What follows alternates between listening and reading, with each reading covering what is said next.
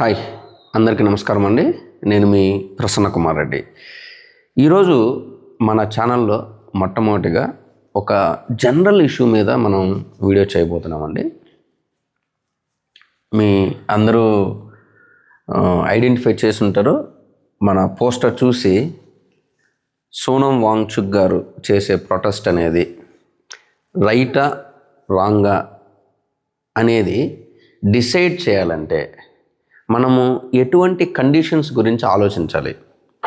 నేను మన తెలుగు రాష్ట్రాల్లో చాలామంది విశ్లేషకులు చేసిన వీడియోస్ లాస్ట్ 1 వీక్ నుంచి చూస్తున్నామండి. ఆ వీడియోస్ చూడడం వల్ల నాకెందుకో మన విశ్లేషకులు ఏదైతే పాయింట్స్ చెప్తున్నారో అవి అసలు నిజంగా మనం ఆ పాయింట్స్ మీద ఒక వ్యక్తిని జడ్జ్ చేయాలా, ఆ పాయింట్స్ అనేవి మనకి ఎంతవరకు అవసరమవుతాయి, అసలు మనము యాజ్ ఎ కామన్ మ్యాన్గా, యాజ్ ఎ ఫాదర్గా, యాజ్ ఎ స్టూడెంట్గా, యాజ్ ఎ టీచర్గా, యాజ్ ఎ కామన్ మ్యాన్గా మనం ఎలాంటి పాయింట్స్ని తీసుకొని ఈ వ్యక్తి చేసే ప్రొటెస్ట్ని మనము అసెస్ చేయాల్సి ఉంటుంది అనేది ఈరోజు నేను ఈ వీడియోలో చాలా క్లియర్గా నాకున్న పరిజ్ఞానంతో మాట్లాడడం జరుగుతుందండి.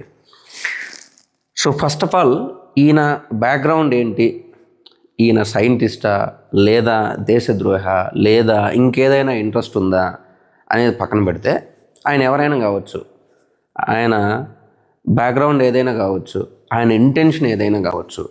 ఇప్పుడు ఈరోజు ఆయన చేస్తున్న ప్రొటెస్ట్ అనేది దేని వలన, ఈరోజు ఆయన చేసే ప్రొటెస్ట్కి కారణం ఏంటి, దానికి మేజర్ రీజన్స్ ఏంటి అనేవి మనం ఫస్ట్ గమనిద్దామండి. ప్రజెంట్ వీళ్ళు చేసే ప్రొటెస్ట్ అనేది మేజర్గా ఎక్కడి నుంచి స్టార్ట్ అయిందండి? పేపర్ లీక్స్ అనే ఇష్యూ నుంచి స్టార్ట్ అయింది. కోర్స్ వాళ్ళు చెప్పే ఇష్యూ ఇది, బట్ మన దగ్గర ఇలాంటి ఇష్యూలు చాలా ఉన్నాయి. Paper leak, national level entrance exams అయినటువంటి నీట్ కానివ్వండి, ఇతరత్ర పేపర్స్ లీక్ అవ్వడం వల్ల ఎంతోమంది విద్యార్థులు జీవితాలు, వాళ్ళ పేరెంట్స్ యొక్క జీవితాలు నాశనం అవడం అనేది జరిగింది. మీ అందరికీ తెలిసే ఉంటుంది, మొన్న జరిగిన నీట్ పేపర్ లీక్లో దాదాపుగా 12 మంది విద్యార్థులు ఆ ప్రెజర్ తట్టుకోలేక సూసైడ్ చేసుకున్నారని అన్ని నేషనల్ లెవెల్ న్యూస్ పేపర్స్లో కూడా ఇవ్వడం జరిగింది. ఇంత జరిగినప్పుడు మీరు ఏ పార్టీ అనేది పక్కన పెట్టండి, మీరు బీజేపీ కావచ్చు, కాంగ్రెస్ కావచ్చు, లేదా రీజనల్ పార్టీ కావచ్చు, మనిషి అనేవాడు ఎవడైనా ఇంతమంది చనిపోయినప్పుడు, అది కూడా విద్యార్థులు చనిపోయినప్పుడు ఒక పబ్లిక్ని అడ్రస్ చేయాలి కదండి. అది కూడా ఎవరు చేయాలి? ఖచ్చితంగా మన దేశ ప్రధాని గారు డెఫినెట్గా ఈ విషయం మీద ఆయన అడ్రస్ చేసుంటే చాలా బాగుండేది. ఎందుకంటే మన ప్రధాని గారు ఒక అద్భుతమైన ప్రోగ్రామ్ని స్టార్ట్ చేసి పిల్లల్లో ఎంతో కాన్ఫిడెన్స్ని, ఉత్సాహాన్ని ఎగ్జామ్స్ ముందు నింపే విధంగా మన్ కీ బాత్ అనే ప్రోగ్రామ్ని చాలా ప్రెస్టీజియస్గా తీసుకొని చేసేవారు.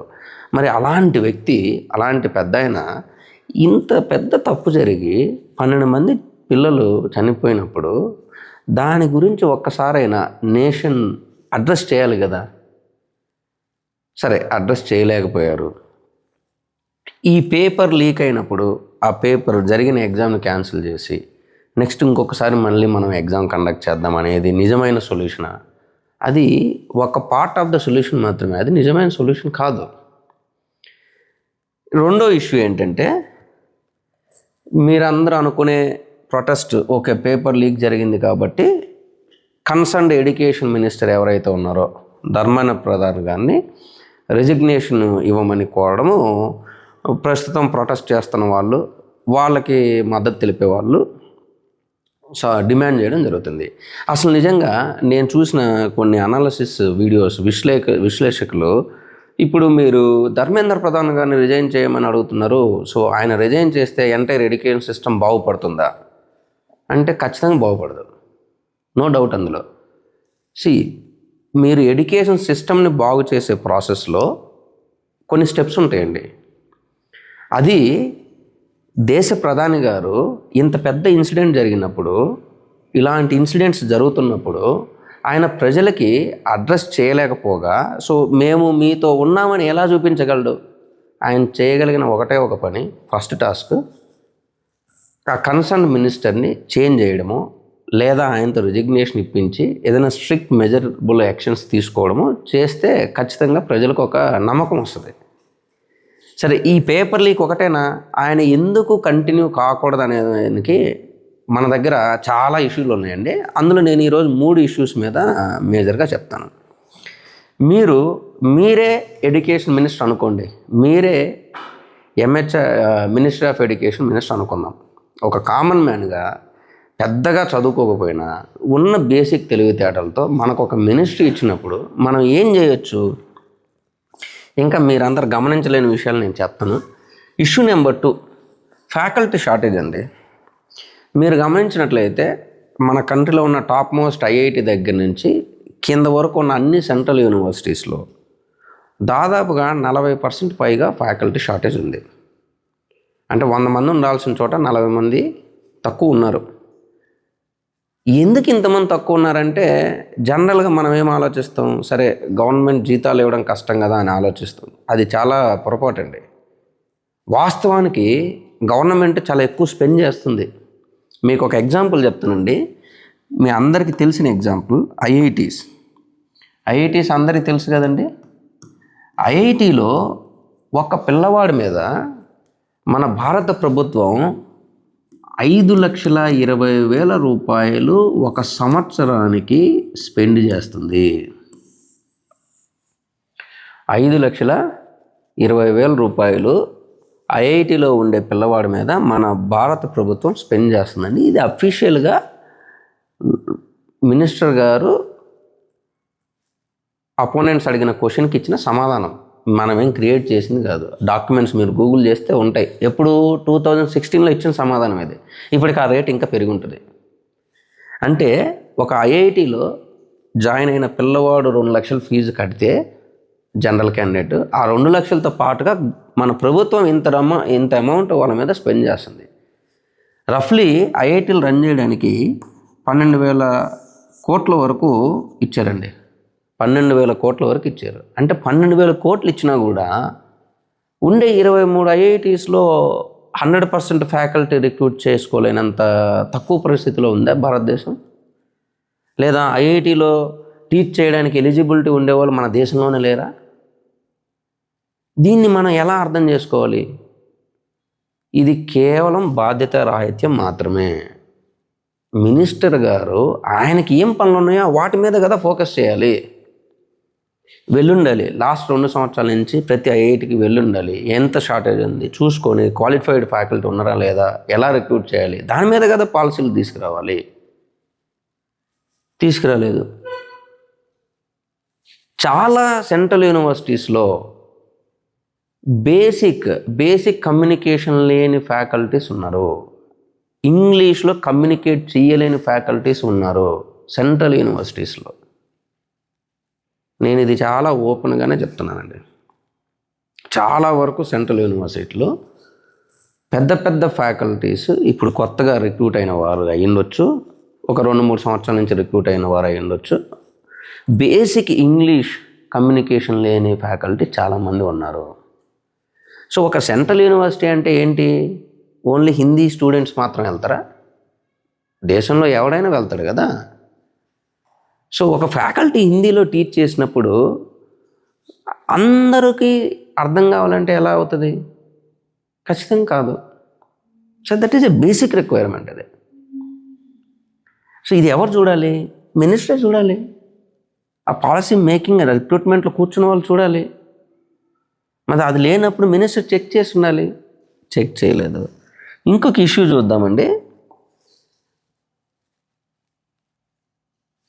3వ ఇష్యూ ఏంటంటే, ఇప్పుడు మన భారత ప్రభుత్వం ఆల్మోస్ట్ 1 నేషన్ 1 ఎగ్జామ్ అని చెప్పేసి మ్యాక్సిమం ప్లేసెస్లో కామన్ ఎంట్రన్స్ ఎగ్జామ్స్ తీసుకొస్తుంది.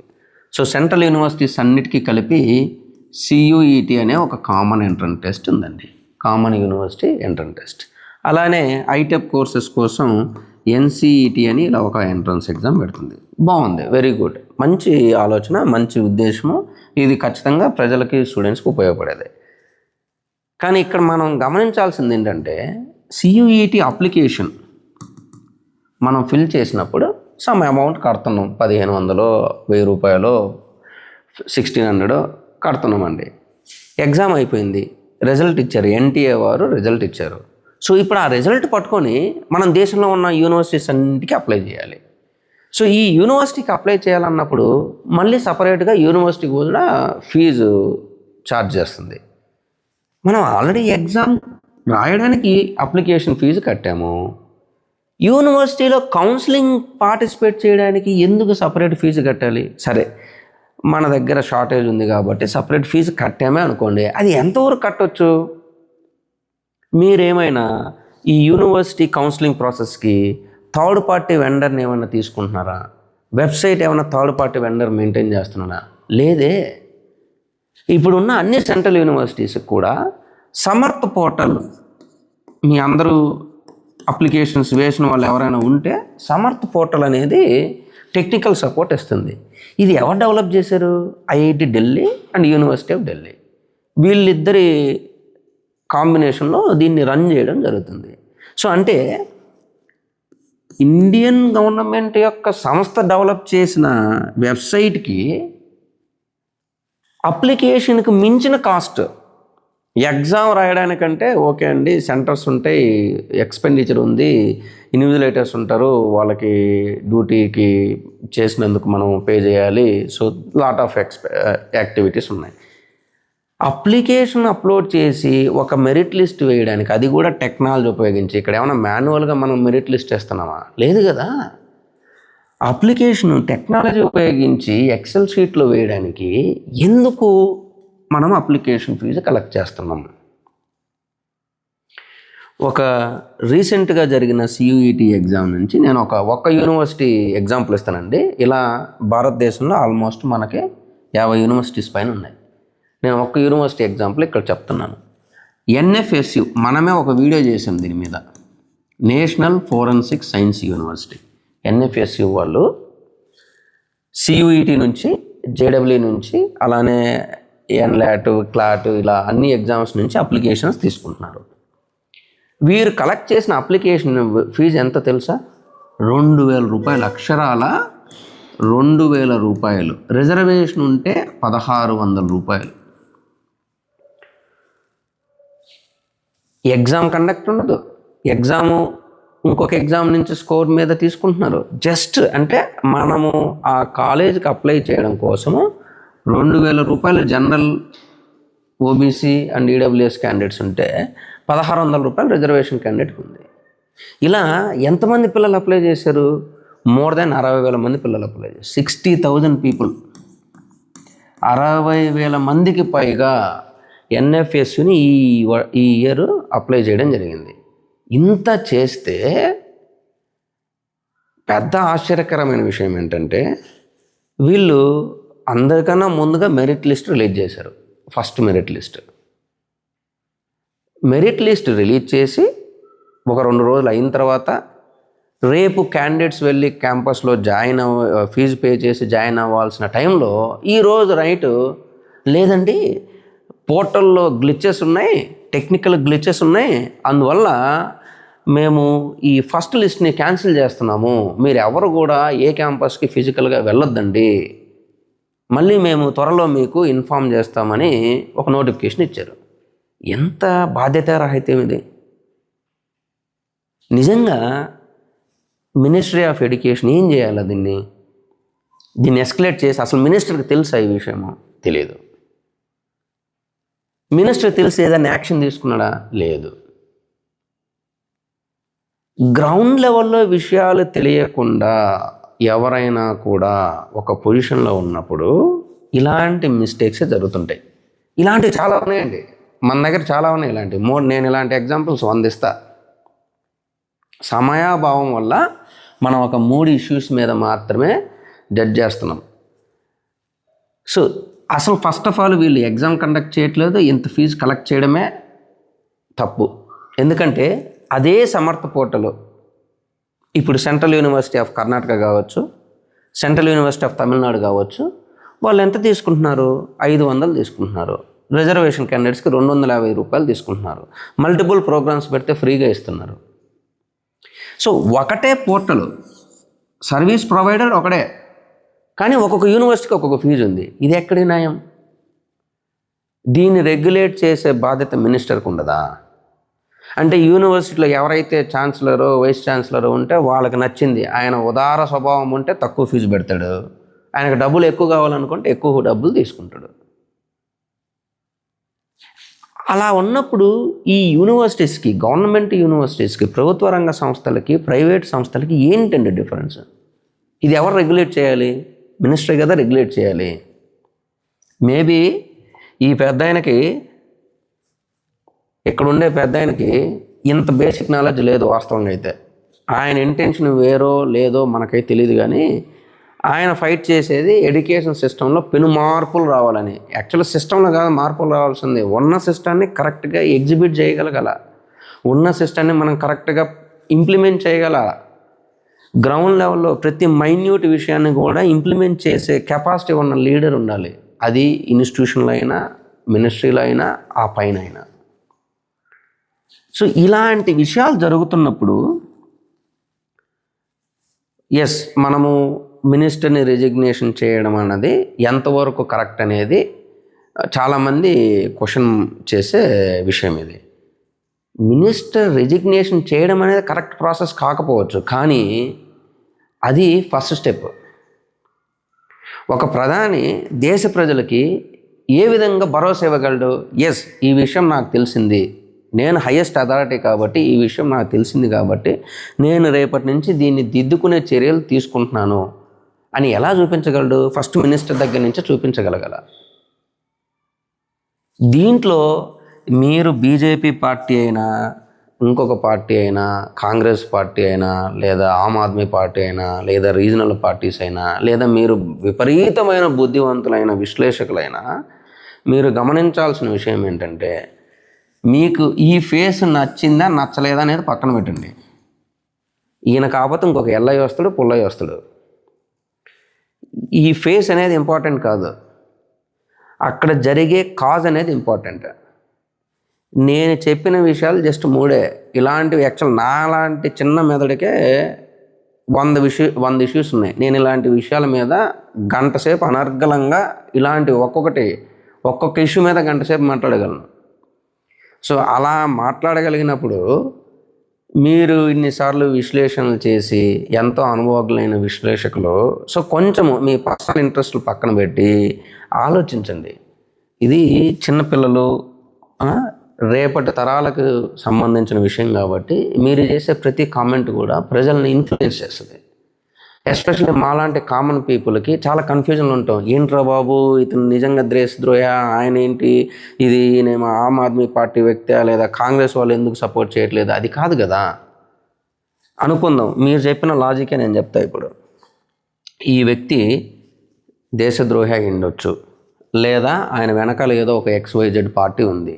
మాకెందుకండి? మాకేంటి? మాకు కావాల్సింది సిస్టంలో మార్పులు. అది దేశద్రోహి చేస్తే ఏంది, ఇంకొక ఎల్లయ్య చేస్తే ఏంది, పుల్లయ్య చేస్తే ఏంది? మరి మీరు అందరూ స్వచ్ఛమైన వ్యక్తులు కదా, మీరు ఎందుకు చేయలేకపోయినారు? ఇప్పుడు ఆయన ఆల్మోస్ట్ 20 రోజుల నుంచి అన్నం తినలేదంట. మరి మీరు కూడా అన్నం తినకుండా చేసి ఉండొచ్చు కదా. ఇప్పుడు ఆయన దేశద్రోహి అయితే ఈరోజు ఎందుకు ఆయన తీసుకుని వెళ్ళాలి? వదిలేసి ఉండొచ్చు కదా. ఎలాగో దేశద్రోహి లేరా బాబు, 20 రోజులు అయింది, ఇంకో 10 రోజులు వదిలేసి చచ్చిపోతాడు, ఆ తర్వాత తీసేయచ్చు అని వదిలేసి ఉండొచ్చు కదా. ఎందుకు ఈరోజు తీశారు? కామన్ పబ్లిక్గా మనం ఆలోచించాల్సిన విషయాలు డిఫరెంట్ ఉండాలండి. ఎప్పుడు కూడా ఇది చాలామంది వ్యక్తులకి సంబంధించిన విషయం కాబట్టి ఇక్కడ మన పర్సనల్ ఇంట్రెస్ట్, మన పర్సనల్ వ్యూనో కాదండి. ఇప్పుడు కూడా ఈ వ్యూ అనేది నా వ్యూ. ఇందులో ఎంతమంది ఏకీభవిస్తారు, ఎంతమంది కనెక్ట్ అవుతారు అనేది that is up to them. అది మీకు ఎంతవరకు అర్థమవుతుంది, మీరు నిజంగా మనం మాట్లాడింది కరెక్టా లేదనేది అది మీరు డిసైడ్ చేసుకోవచ్చు అండి. బట్ నేనైతే ఎలా ఆలోచిస్తానంటే, అది వాంగ్చుక్ గారు చేసిన, రేపు పొద్దున రాహుల్ గాంధీ గారు ఆ టెంట్కి వెళ్ళి కూర్చున్నా, లేదు ఇంకొకసారి ఆమ్ ఆద్మీ పార్టీ అధినేత వెళ్ళి కూర్చున్నా, రేపు పొద్దున మన తెలుగు రాష్ట్రాల సీఎంస్ కూడా వెళ్ళి అక్కడ కూర్చున్న ప్రొటెస్ట్లో మనం ఆలోచించాల్సిన విషయం ఏంటంటే ఎడ్యుకేషన్ సిస్టమ్ అనేది ఒక రోజులో జరిగేది కాదు, మార్పులు అనేవి ఒక రోజులో రావు. కానీ ఉన్న సిస్టమ్నే సరిగ్గా ఇంప్లిమెంట్ చేయట్లేదు. ఫస్ట్ వాటిని ఇంప్లిమెంట్ చేసుకొని మనం తర్వాత ప్రోగ్రెస్ ఇంకా బెటర్ ప్లాన్స్ని వేసే అవకాశం ఉంటుందండి. ఖచ్చితంగా నాకు అనిపించింది ఏంటంటే ఈ 2 సంవత్సరాల్లో మన మినిస్ట్రీ ఆఫ్ ఎడ్యుకేషన్ ఎవరైతే ఉన్నారో మినిస్టర్ గారు ధర్మేంద్ర ప్రసాద్ గారు, ఆయనకి జీరో నాలెడ్జ్ అని దీని మీద అర్థమవుతుంది వెరీ క్లియర్గా. ఇందులో ఎటువంటి సందేహం లేదు, జీరో నాలెడ్జ్. ఆయన ఒక్క ఇనిషియేటివ్ కూడా స్పెసిఫిక్గా ఎస్ నేను ఎడ్యుకేషన్ సిస్టంలో ఈ ఇనిషియేటివ్ చేశాను అని చెప్పుకోదగిన ఒక్క ఇనిషియేటివ్ కూడా లేదు. అసలు ఈ యూనివర్సిటీస్ని ఎంత దగ్గర నుంచి చూస్తే అంత పిచ్చెక్కిపోద్ది మనకి. బెటర్ మనం వీటికి చాలా దూరంగా ఉండాలనిపిస్తుంది అప్పుడప్పుడు. కానీ దేశం యొక్క భవిష్యత్తు అనేది వీటి మీదనే ఆధారపడింది కాబట్టి వీటి నుంచి దూరం వెళ్ళలేక, అలానే మన ఇన్స్టిట్యూషన్స్ని మనమే తప్పుగా మాట్లాడుకోలేక సైలెంట్గా ఉండడం తప్ప కామన్ మ్యాన్కి ఉండే ఆప్షన్స్ ఏమున్నాయి? నాలాంటి కామన్ మ్యాన్కి పెద్ద ఆప్షన్స్ లేవు. ఇప్పుడు కొత్తగా సోషల్ మీడియా వల్ల మన వ్యూని మనం ఎక్స్ప్రెస్ చేసే అవకాశం ఉంది. అంతమించి మనం గొప్పగా ఏం చేయగలం? వాస్తవానికి మనం గొప్పగా ఏం చేయలేం. కనీసం చేసేవాళ్ళు ఉన్నప్పుడు వాళ్ళకి సపోర్ట్ చేయలేకపోయినా బట్ మనం విమర్శించకూడదు. వాళ్ళకి సపోర్ట్ చేయాల్సిన అవసరం లేదండి. మనం చేయకపోతే చాలామంది ఉన్నారు దేశంలో. ఈ 140-150 కోట్ల మంది ప్రజల్లో మనలాంటి వాళ్ళు 10 మంది చేయకపోతే ఏం పోయింది? ఇంకా చాలామంది సపోర్ట్ చేస్తారు. కానీ మనం ఇంట్లో కూర్చొని ఊరికే వాళ్ళని విమర్శిస్తే మాత్రం అది చాలా పాపం అండి. అది మాత్రం చేయకూడదు. సో మనం దీని గురించి ఇంకా ఎక్కువ లోతుగా మరొక వీడియోలో, ఇప్పుడు ఈ 3 విషయాలు కాకుండా ఇంకా చాలా విషయాలు ఉన్నాయి, మరొక వీడియోలో డీటెయిల్గా డిస్కస్ చేద్దామండి. Thank you. మీకు కనుక ఈ వీడియో నచ్చినట్లయితే దయచేసి ఇంకో 10 మందికి ఫార్వర్డ్ చేయండి. ఎవరైతే మీ చుట్టుపక్కల విశ్లేషకులు ఉంటారో ఈ ఉద్యమం గురించి మాట్లాడేవాళ్ళు, వాళ్ళందరికీ ఫార్వర్డ్ చేయండి. మీకు నచ్చిన దాన్ని, మీకు ఏమైతే అర్థమైందో దయచేసి మన కమెంట్లో తెలియజేయండి. సో దట్ నాకు కూడా అర్థమవుతుంది. నేను ఎక్కడైనా రాంగ్గా ఆలోచించానని నాకు కూడా అర్థమవుతుంది. నేను ఇన్ కేసు రాంగ్గా ఆలోచించుంటే నేను కూడా కరెక్ట్ చేసుకుంటాను. సో దట్ మీరు నన్ను దాన్ని ఏమంటారు, ఎన్లైటన్, నాకు జ్ఞానోదయాన్ని కలిగించిన వారు అవుతారు. Thank you. All the best.